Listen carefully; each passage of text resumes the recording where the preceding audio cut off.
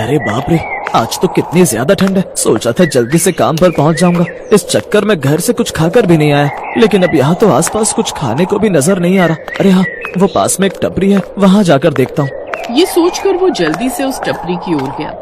कोई है? तभी सफेद बालों और झुर्रियों वाले चेहरे के साथ एक बूढ़ी सी औरत आती है। क्या हुआ बेटा, क्या चाहिए? अम्मा, जोरों की भूख लगी है, कुछ खाने को मिलेगा क्या?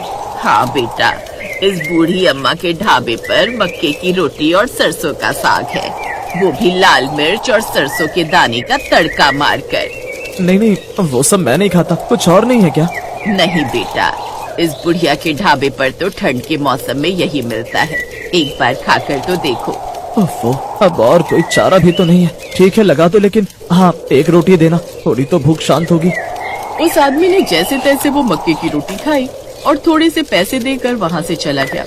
इसी तरह उस बूढ़ी अम्मा के पास भूले भटके एक दो ग्राहक पूरे दिन में आ जाते, लेकिन ज्यादातर उसका खाना तो खराब ही जाता और कई बार तो सारा सारा दिन वो ग्राहक के इंतजार में बैठी रहती, लेकिन एक भी ग्राहक उसके पास नहीं आता। इसी कारण उसकी कोई आमदनी नहीं हो पाती। बूढ़ी अम्मा रात को अपना ढाबा समेटकर पीछे बनी अपनी झोपड़ी में चली जाती है और अकेले बैठकर खाना खाती तो उसकी आंखों में आंसू आ जाते। फिर उसे अपने पुराने दिन याद आ जाते, जब ठंड का मौसम शुरू हो रहा था। फिर एक माँ जी, अब सर्दियाँ शुरू हो गई हैं, आप भूल रही हैं अब आपको सामने महेश भैया के घर रहने जाना है? कोई जरूरत नहीं है इन्हें यहाँ भेजने की, वैसे भी हमारे यहाँ मुश्किल से 2 ही कमरे हैं, एक में हम रहते हैं, एक में माँ जी। कल को कोई मेहमान आ जाए तो मुश्किल हो जाती है। तो हमारे यहाँ कौन सा महल है, यहाँ भी तो 2 कमरे ही हैं। ना ना ना, अब हम इन्हें और नहीं झेल सकते, इन्हें लेकर जाओ यहाँ से। दोनों देवरानी जेठानी आपस में लड़ने लगी। उनको लड़ता देख बूढ़ी अम्मा ने अपने बेटों से कहा, मोहन, मुकेश, बेटा तुम कुछ बोलते क्यों नहीं? इन दोनों को शांत करवाओ। हम क्या ही बोले माँ, तुम ही क्यों नहीं अपनी पुरानी झोपड़ी में चली जाती? हमसे जितना हो सकेगा हम कर देंगे, लेकिन अब हमारा भी परिवार है, हमें उनको भी तो देखना है। बिल्कुल ठीक कहा मोहन अम्मा, इसीलिए बेहतर यही होगा कि तुम अपनी पुरानी झोपड़ी में चली जाओ। अपने दोनों बेटों की बात सुनकर वो बूढ़ी औरत हाथों में पोटली लेकर अपनी झोपड़ी में चली गई और तब से वहीं रहने लगी और क्यारी में लगे साग को बनाकर उसे मक्के की रोटी के साथ बनाकर बेचने लगी। एक रोज उसकी छोटी सी टपरी के ढाबे पर एक बौना आदमी अपनी बौनी पत्नी के साथ आया। अम्मा, भूख लगी है, कुछ खाने को मिलेगा? मेरे पास तो सरसों का साग और मक्के की रोटी है। अरे वाह, वो तो मुझे बड़ी पसंद है अम्मा, जल्दी से ले आओ। लो बेटा, कमाल है तुम्हें ये पसंद है, लेकिन ज्यादातर लोग तो इसे घास फूस समझकर खाने से मना कर देते हैं बेटा। लेकिन अम्मा, मुझे तो ये बड़ा पसंद आया। गर्मा गर्म सरसों का साग और मक्के की रोटियों ने तो इस ठंड में दिल को खुश कर दिया। अम्मा, 2-3 गर्मा गर्म मक्के की रोटी और मिल जाए तो मजा आ जाएगा। ये सुनकर बूढ़ी अम्मा बड़ी खुश होती है। कुछ देर बाद खाना खाकर वो वहाँ से जाने लगे तो बौने आदमी ने एक सोने का सिक्का बूढ़ी अम्मा को देते हुए कहा, लो अम्मा, आज तो तुमने मेरा मन खुश कर दिया। मेरी मरी हुई माँ की याद आ गई, वो भी ऐसा ही साग और मक्के की रोटी बनाती थी। हैं? 50 रुपए के खाने के बदले हजारों का सिक्का? ना ना बेटा, मैं ये नहीं ले सकती। लेकिन अम्मा, मेरे पास तो केवल ये सोने का सिक्का ही है। तू दुखी मत हो बेटा, तुम दोनों ने खाना खा लिया ना, तो अब तुम जाओ, पैसे फिर कभी दे देना। कहाँ रहते हो तुम? हमारा इस दुनिया में कोई नहीं है माई, हम दोनों के पास तो कोई ठिकाना भी नहीं है। ये तो हम जंगल के रास्ते से आ रहे थे तो हमें ये सिक्का मिला। हम दोनों तो गरीब हैं, इतनी ठंड में रहने के लिए घर भी नहीं है। आप हमें अपने ढाबे पर काम पर रख लो और रहने के लिए थोड़ी जगह दे दो। मुझ बुढ़िया की ऐसी औकात कहाँ बेटा कि तुम्हें काम पर रख सकूं, लेकिन अगर तुम चाहते हो तो मेरे साथ रह सकते हो, बदले में 2 वक्त की रोटी खा लेना। आपका बहुत बहुत शुक्रिया। अब वो दोनों बौने पति पत्नी वहीं उस बुढ़िया के साथ झोपड़ी में रहने लगे।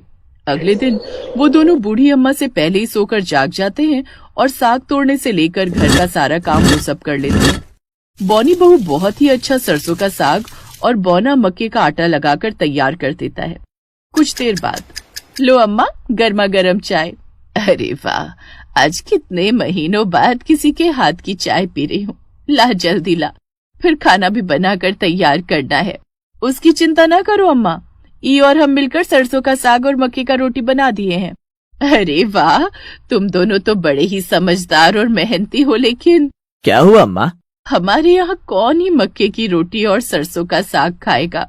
तुम परेशान ना हो अम्मा, इसमें हमने बाबा का दिया हुआ वो चमत्कारी हींग मिलाया है, जिसकी खुशबू से ग्राहक खुद ही इस ओर खींचे चले आएंगे।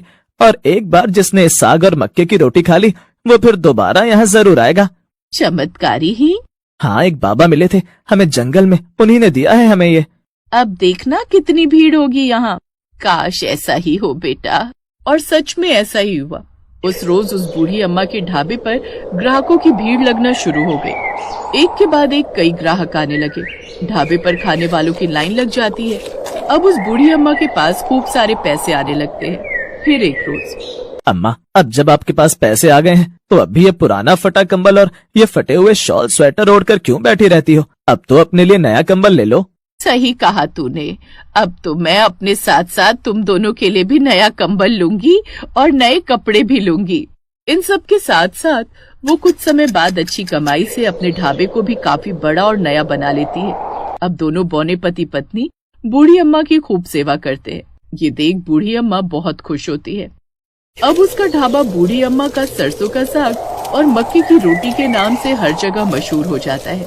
बूढ़ी अम्मा के पास इतने पैसे आते देख उसके दोनों बेटे और बहुएं उसके पास माफी मांगने आते हैं, लेकिन अब वो बूढ़ी अम्मा उन्हें लताड़ कर भगा देती है। कौन बेटा बहू? मेरा तो अब एक ही बेटा बहू है और वो है मेरे ये बौना बौनी।